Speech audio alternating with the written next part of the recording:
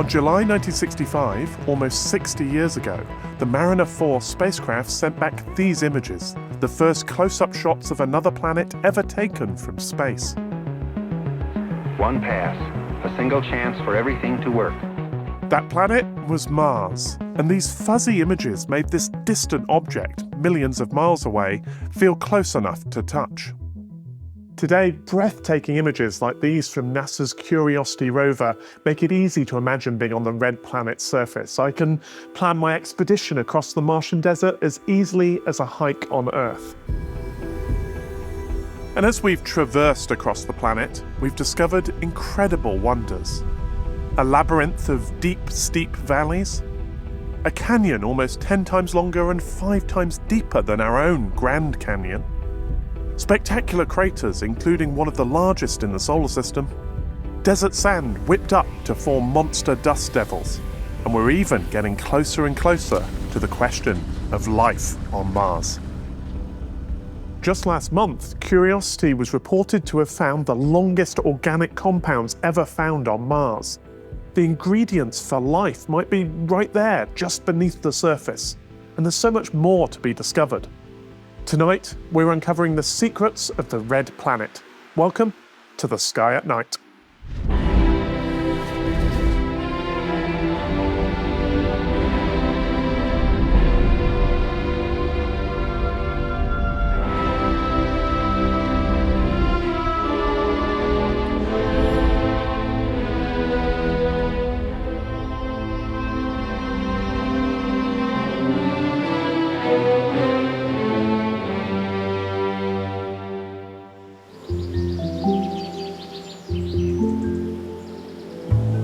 Walking about this amazing environment with its lush vegetation and free-flowing water, it's hard to imagine that Mars was ever like this. Mars is our neighbour, 4th planet out from the Sun, smaller than Earth, about half the diameter. And on Mars, you experience 38% of the gravity we get here on Earth, which sounds like a lot of fun to me. It's an alien world. But one of the things we're realising is, the more we find out about it, the more we realise we have a shared history. Mars was once covered in water, just like Earth, and had a core so active, it created the largest volcano in our solar system, Olympus Mons. All that activity died out billions of years ago, leaving a planet that appears dry and barren. But hidden in those rocks are the answers to secrets, not just about Mars, but about other planets, including our own. Secrets about climate change, planetary evolution, and even how life began. Over the decades, helped by some of the toughest space explorers in the solar system, we've been unlocking some of these answers. Chris is in London to find out what we've been discovering. In 1976, the Viking 1 lander touched down on the Martian surface, providing us with our first clear images from the planet. Technology since then has moved on in leaps and bounds, thanks particularly to my favourite amongst our fleet of planetary spacecraft, the Mars rovers. Perseverance is the newest addition to the fleet. Landing on Mars back in 2021. Is equipped with an array of instruments, including several cameras capable of sending back images that transport you to the surface. I'm meeting geologist Sanjeev Gupta, a member of the team running the rover, to take a trip across the red planet. Sanjeev, this is astonishing. I feel like I'm actually on Mars. We kind of are. These are images from the Perseverance rover in Jezero Crater. What was it like seeing this landscape for the first time? Sort of kind of surreal and extraordinary because it actually looks like an Earth-like landscape. We could be in the desert in Nevada, Utah, and yet we're on Mars, hundreds of millions of miles away. It's really quite weird. Situated in Mars's northern hemisphere, Jezero Crater was formed when an asteroid struck the surface of Mars about 4 billion years ago. The early images sent back by the rover showed a rock-strewn landscape containing clues of what early Mars must have been like.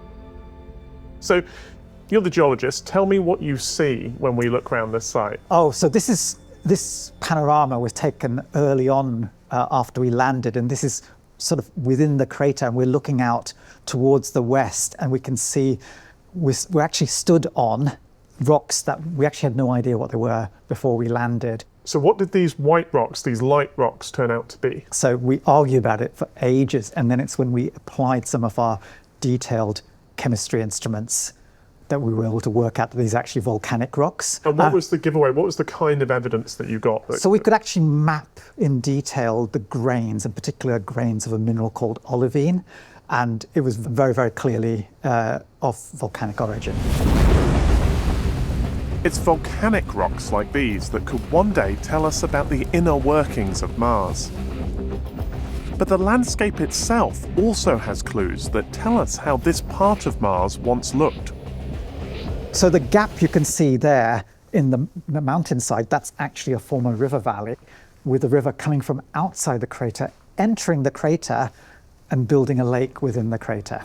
How long would it have taken for something like that to form? What we do know by looking closely at these rocks, the sedimentary rocks that form the delta, is that it requires sustained water. Most of the delta rocks appear to suggest that there were regular continuous river flows building this delta. So I think that's quite a big finding, actually. Sustained water 3.7 billion years ago on Mars. It was a watery, wet place. Once we know water flowed across this surface, it's easy to think of ancient Mars as a bit Earth-like. About a year after landing, the rover had moved on to the foot of the delta, where the water flowed in, and it was the rocks seen in this natural colour image that provided a more detailed picture of how this ancient water flowed. What's very exciting is these light-coloured rocks that you can see here. You can see they're really flaky. They're really, really thin, breaking up. And these are mudstones. These are really, really fine-grained rocks. And they've really formed by very fine particles settling out of suspension in a standing body of water in a lake deposit. So that's one of the reasons we know it was a standing body of water. It was a lake. It wasn't just water that flooded over the landscape. Exactly. This required a quiet water environment, so there was water standing there for tens, hundreds, maybe thousands of years. And they're really good places to search for evidence for life, because this is a quiet water environment where life is likely to have evolved in.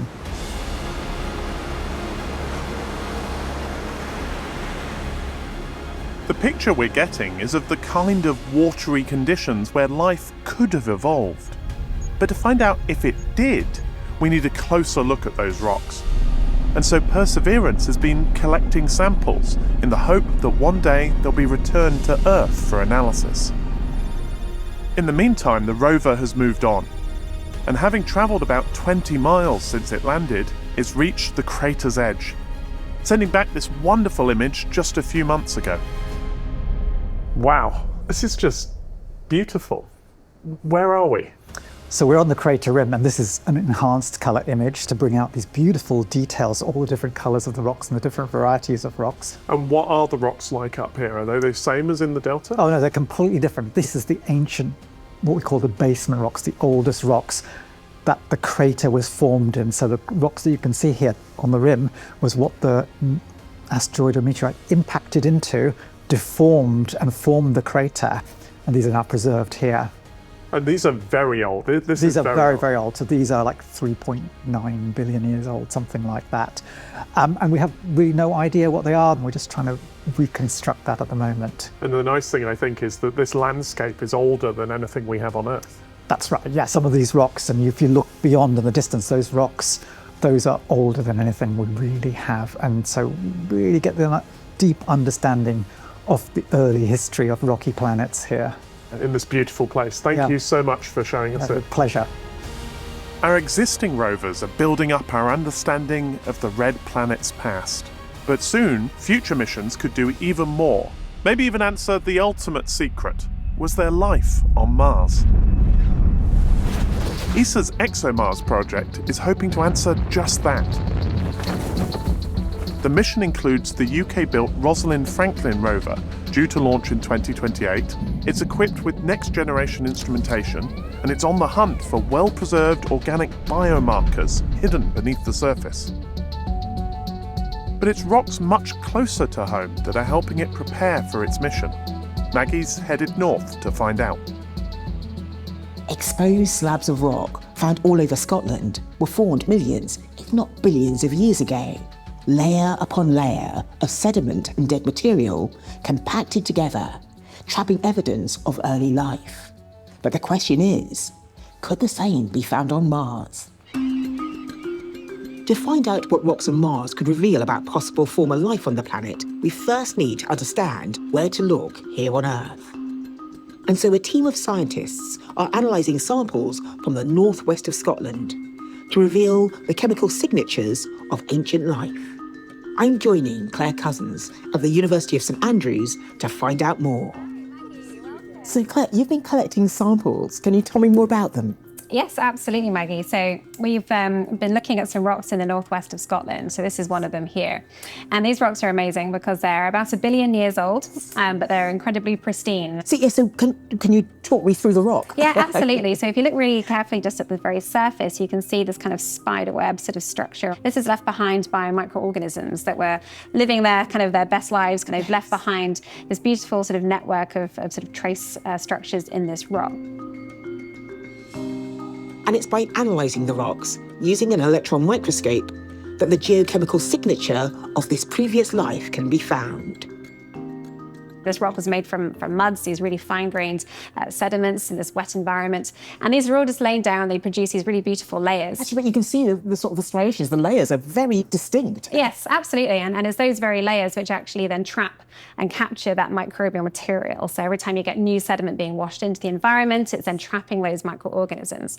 So what's this telling us? So this is telling us that we have localized elevation of potassium. So where you see all these sort of red kind of blotchy areas, that's where we have locally high potassium levels trapped here within the rocks. Potassium is really interesting because it's sort of locally scavenged by the action of microorganisms. Around 3.5 to 4 billion years ago, both Earth and Mars had similar climates, with plenty of liquid water. This is also the sort of time when life first started here on Earth. If life also started out on Mars and left behind similar chemical indicators in the rocks, then it's hoped that the ExoMars Rosalind Franklin rover will discover it.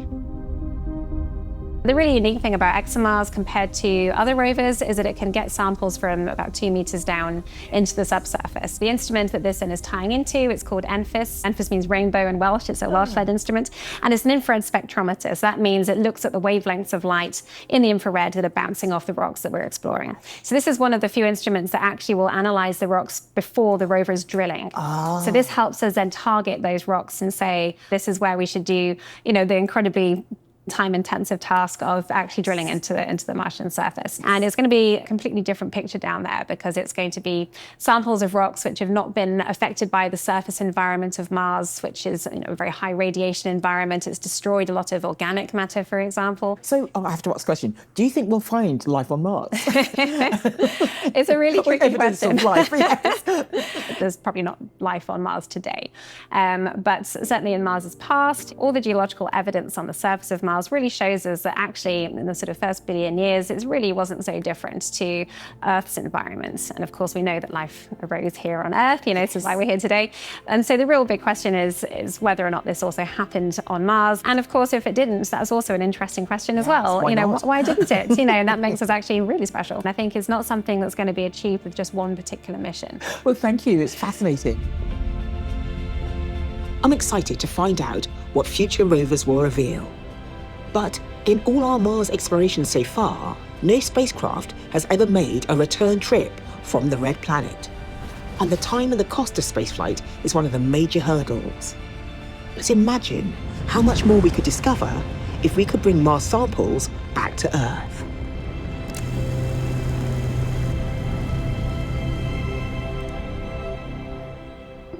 Guest presenter Dr. Meki Desi is at Bletchley to find out about an exciting new approach that could one day help make that a reality.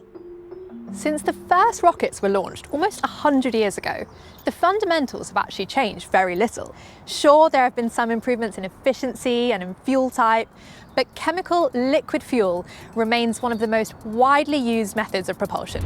And here we go. These traditional engines are still the only way to get a spacecraft past Earth's gravity and atmosphere. But attempts are being made to truly revolutionise space travel. Some are looking at solar sails, others at theoretical warp drives, and one UK company is going nuclear. I'm meeting James Lambert from Pulsar Fusion to find out more.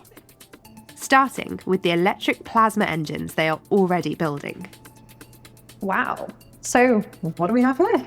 So this is one of our electric propulsion engines, and it works by taking an inert gas and using an electric current to push it out of the engine. That's how we get these really high exhaust velocities. Amazing. I love the design. I feel like if I had one on each hand, I could be like Iron Man. Exactly like Iron Man, yeah. And are there different sizes? Is this the only one? So this is one of our 500 watt engines, quite small, but we also have, over here, a 5 kilowatt engine, much larger, but really just a scaled up version of what I was just holding in my hands. Engines like these are commonly used for satellites and even small spacecraft. But it's by turning the electric plasma engine nuclear that they hope to change the future. The goal is to build our Sunbird project.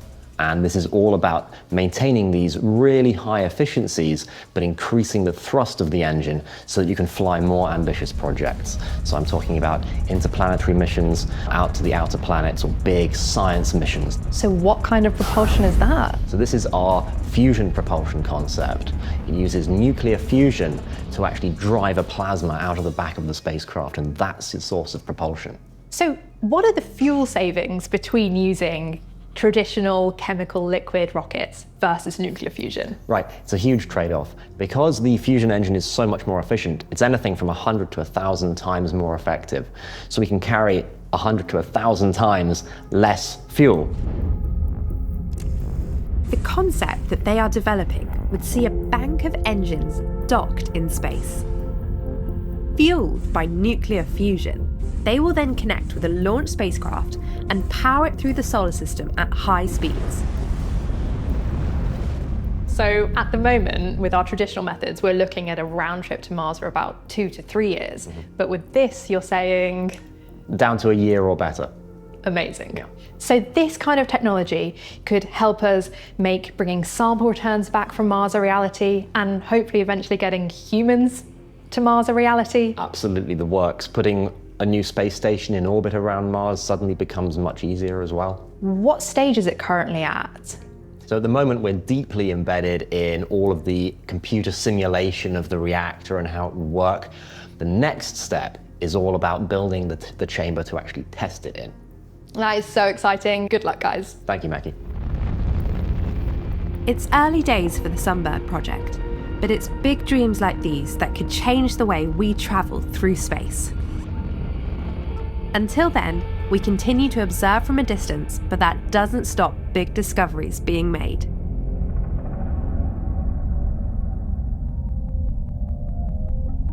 One of the biggest mysteries of Mars is its water, which once flowed over the planet, but today it's barren and dry. And yet, there are things moving on the surface of Mars, just as we'd expect if water were present. Maggie's in Scotland meeting planetary geologist Lonika Roelofs, who has been trying to solve part of this puzzle. Lonika, lovely to meet you. Now, we talk about water on Mars, because when we look at Mars today, it is dry, it is barren, it is red, very unlike this. But I guess we believe that there used to be water flowing on the Martian surface. Yeah, so we have quite a lot of evidence for that, both from minerals that we observe, but also actually from landforms. And I can show you an example if you want. This is a river delta somewhere on Earth, and this is a similar river delta, but then fossilized on the Martian surface. So I guess this gives us the evidence that there was water on Mars. Where's it gone? Yeah, so that's actually a big mystery. So part of the water on Mars is still present in its ice caps. So Mars has polar caps. Part of it is as ice in the ground. And very, very deep underground, there might be a trickle of liquid water left, but there's no liquid water on the surface anymore. While a fraction of the water may still remain on Mars, the vast majority was lost to space. And yet something very eerie has been spotted happening on the Martian surface. So from afar, Mars seems like a cold desert right now. But if we zoom in, we actually see movement of material on the surface. Now I have an example for you here. Yes. So this is a channel system on a hill slope, like we also have in Scotland in many places. And you see that big boulder in the middle? It's like a meter-sized rock. It's quite a big rock. Yeah. And then we see that that rock... Yeah, it's moved further down. It moved further down. On Earth, the same process, called a debris flow, is created when a landslide is so saturated with water that the loose rock and soil flow like a liquid. But Mars has very little water left, so what could be at work here? So have you got an idea? So what we see on Mars, that Mars has seasons, just like on Earth. So in winter on Mars, it becomes so cold that the CO2 that is present in the very thin Martian atmosphere becomes frost on the surface. And then in spring, the planet heats up, and then this frost becomes gas again. We're talking about sort of carbon dioxide, which is effectively dry ice. Yes, it is. So why does it differ on Mars than on Earth? So on Mars, it forms naturally. It becomes so cold on the surface, minus 120 degrees Celsius, that it actually forms naturally. Whereas on Earth, we can only form it in industrial processes. Yes, but the sublimation process happens here on Earth because you have dry ice and then there's no liquid, it just sort of vaporizes. Exactly, so that happens on Mars as well. But the difference is that on Earth, when the CO2 ice becomes a gas, it expands a little bit, but the atmosphere is quite thick, so it pushes back on the gas. But on Mars, the atmosphere is very thin, so if it goes from an ice to a gas, it's much more explosive. Yes, but a much bigger volume of gas, yes, exactly. Which can cause the flow. Exactly. Okay, so that is a nice theory, but have you got any evidence to support this theory? Yeah, so we have remote sensing data that shows that the time of activity in these systems is the same as the moment in time in the Martian year when the CO2 ice sublimates. But that's only indirect, right? We don't have a rover there filming it, because you don't want your multi-million rover just sitting there end watching. up under this debris flow. Oh yes. So what I have done is I've recreated the Martian environment in the lab. What does that involve? Yeah, so this Mars chamber is an old diving chamber in which we can lower the atmospheric pressure to mimic the low atmospheric pressure that we have on Mars. Yes. And we can then make these debris flows driven by the sublimation of CO2 ice. So did it work? What were the results? It worked. It actually did work. So this CO2 can actually make this sandy material behave like a liquid. So that's really, really exciting. But it must be wonderful for you because this is your research. Yeah, this is your theory. Yeah, I was jumping up and down in the lab when this for the first time happened, of course. Oh. It's a new geologic process. Geology always often feels as if we know it all. And so coming up with a whole new process must be exciting for you and your team. Extremely exciting. Fantastic. This new discovery has big implications, as it may suggest that there was less water on Mars in the past 5 billion years than was previously thought. While many mysteries still remain about Mars, for astrophotographers here on Earth, spending time observing the red planet can reveal some of its secrets. Pete is in Bletchley, taking us through his own mission to Mars. I will admit I have found Mars frustrating over the years. I first saw Mars in the 70s through a homemade 222mm reflecting telescope, and I couldn't really see much detail on it at all. And I wondered what all the fuss was about. You get a good view of it for a few months around opposition when it's closest to the Earth, and then it takes 2.1 years before it gets to the next opposition. But as you do study it and you keep with it, you will notice that there is detail there, and those details get sharper and sharper. The first thing that became apparent was the bright polar cap. And then I could pick out the subtle markings on the surface, which are basically exposed rock. The rest of the surface, the sort of orange, pinky hues, are down to the sands of Mars, the deserts of Mars.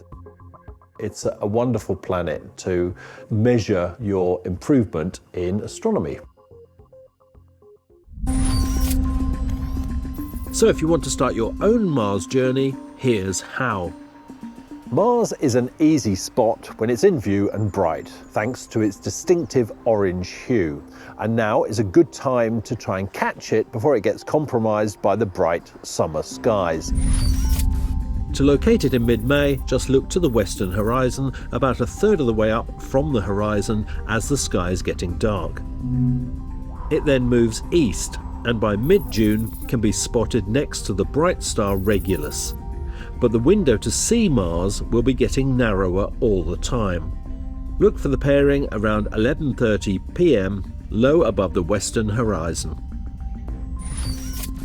As Mars moves away from its opposition at the start of this year, telescopically seeing it at its best will need to wait until early 2027 as it approaches opposition again. But a naked eye spot of our red neighbour is always a beautiful sight. As we move into June, the nights get shorter and brighter, and that makes stargazing that bit harder to do. But it also brings the possibility of one of my favourite summer sights, noctilucent clouds, or NLCs. And if visible, these are typically seen from late May through to early August in the Northern Hemisphere. These high-altitude ice sheet clouds form in a narrow layer about 50 miles up, high enough to reflect the light from the sun after it has set. They appear to shine in the deep twilight, giving them their name, noctilucent meaning night shining. NLCs are easy to recognise because they're quite unlike regular clouds, glowing against the deep summer twilight. They typically show an electric blue colour and often have fine structures such as herringbone patterns. If regular clouds are present, these appear dark and silhouetted against NLCs because they're too low to be illuminated by the sun. NLCs can typically be seen somewhere across the northerly horizon depending on the time of day. Looking around 90 to 120 minutes after sunset, they can appear low above the northwest horizon. Or a similar time before sunrise can find them low above the northeast horizon. A big display may persist all night long, moving from above the northwest horizon through north and ending low above the northeast horizon before dawn. Bright NLC displays can be so dramatic that they sometimes get incorrectly reported as the aurora. NLCs are a great target to capture with a phone, so if you're new to snapping the skies or a more advanced astro imager, do share any results you get with us on our Flickr account. And you can find details of this at bbc.co.uk/sky at night. Meanwhile, here are some images from the Milton Keynes Astronomical Society, as well as our Flickr account.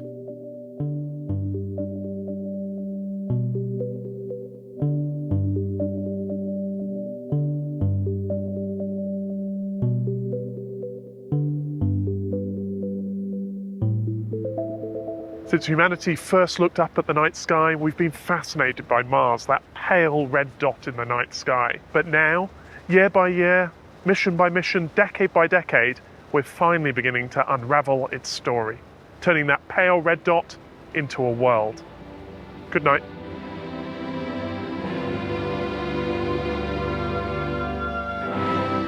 Enter a labyrinth of curiosity to find answers to questions that have mystified, perplexed, and challenged.